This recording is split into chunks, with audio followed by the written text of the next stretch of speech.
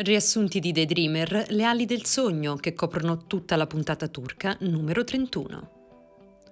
Dopo che Can si è allontanato da tutti per riflettere, trasferendosi in un hotel, Sanem lo raggiunge con la scusa di partecipare a un seminario di crescita personale che si svolge proprio nello stesso luogo.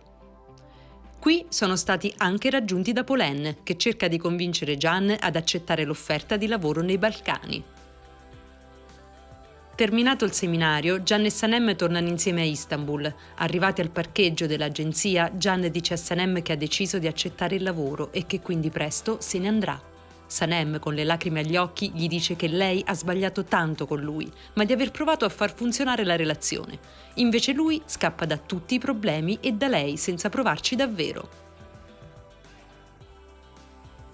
Sanem aggiunge che stando così le cose non lo fermerà. Salita quindi in agenzia, racconta tutto a Leila e JJ e poi dice di essere molto stanca e di non poter più restare in agenzia, per cui ha deciso di licenziarsi. Nonostante sia Leila che JJ cerchino di dissuaderla, Sanem, consapevole di non poter restare perché tutto le ricorderebbe Can, presenta la lettera di dimissioni a Emre. Anche lui cerca di dissuaderla, dicendo che Can cambierà idea, ma Sanem è irremovibile. Tutti i colleghi sono tristi mentre lei prepara le sue cose, tutti meno Yuma, la madre di Can ed Emre, che dopo aver avvisato Polen degli sviluppi non nasconde la sua soddisfazione.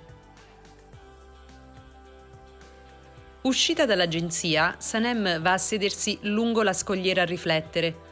Poi, mentre si allontana, vede passare un taxi e per chiamarlo attraversa la strada senza guardare e viene investita da una macchina. Subito il guidatore la soccorre e vedendo che ha battuto la testa la porta in ospedale nonostante le sue proteste. Qui viene trattenuta per accertamenti, sempre accompagnata dal suo investitore, che non la lascia un solo momento. Intanto viene avvisata Leila e quindi tutti in agenzia lo vengono a sapere. Emre si offre di accompagnare Leila in ospedale dopo aver avvisato Can che si trova in palestra e che, preoccupatissimo, si precipita anche lui in ospedale.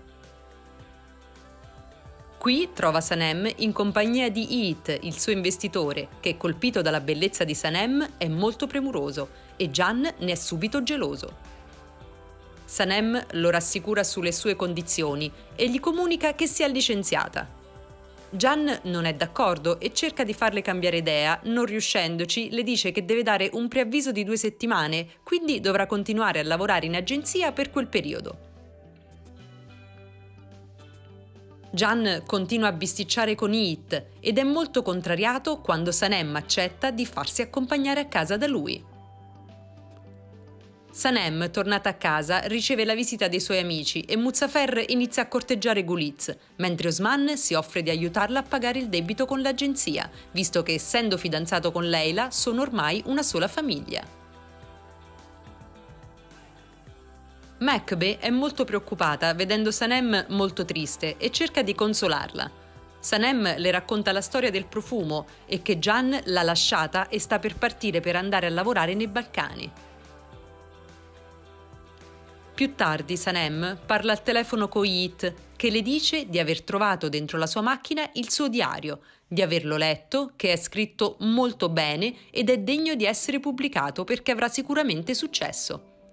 Inoltre le rivela di avere una casa editrice e la incoraggia a scrivere e le offre il suo aiuto. A casa di Vit, invece, Yuma ha invitato a colazione Polen con l'intento di avvicinarla sempre di più a Can e la invita a partecipare all'evento pubblicitario della Redmond che si terrà l'indomani. Sanem si reca in agenzia per lavorare durante il periodo di preavviso. È accolta calorosamente da tutti, ai quali spiega che sarà lì solo per i 15 giorni canonici e poi se ne andrà. In agenzia si svolge una riunione per definire i dettagli della presentazione dell'indomani, durante la quale Can e Sanem si punzecchiano in continuazione. Durante una pausa dal lavoro, Sanem raggiunge Yiğit in un bar per riprendersi il diario e lui le offre un lavoro nella sua casa editrice, nonché la possibilità di scrivere il suo romanzo che lui pubblicherà. Sanem è molto contenta dell'offerta, ma è indecisa se accettare o meno e quindi prende tempo. Nel frattempo Osman sta girando lo spot pubblicitario per la campagna ed Emre si mostra molto geloso del rapporto tra lui e Leila. Dopo un po' che Sanem è tornata in agenzia, arriva di nuovo Yiğit per dirle che ha affittato un ufficio al piano di sotto per la sua casa editrice. Can lo vede e si infastidisce vedendolo affascinato da Sanem e apprendendo che le ha offerto un lavoro. La presentazione della pubblicità di Redmond viene presentata da Sanem. Alla serata sono presenti tutti e Yuma arriva accompagnata dai figli e da Polen.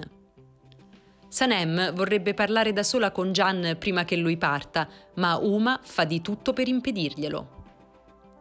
La presentazione di Sanem ha come sempre un grande successo e infatti tutti si congratulano con lei. Quando anche Can si avvicina a Sanem per congratularsi, Polen si intromette per non lasciarli soli. Inizia quindi la musica, dove canta il gruppo Sweet Case. Aperta parentesi, trovate il titolo corretto della canzone sul nostro sito. Can e Sanem si guardano in continuazione fino a che Emre riesce a farli ballare insieme. I ragazzi ballano molto vicino, dimostrando che l'amore tra loro non è assolutamente finito. Alla fine del ballo, mentre stanno parlando, Yuma, per allontanarli, finge un malore. Viene subito soccorsa da Can, che la porta a casa. Sanem, a questo punto tornata a casa, scrive sul suo diario con la consapevolezza che per lei sta iniziando una vita senza Can.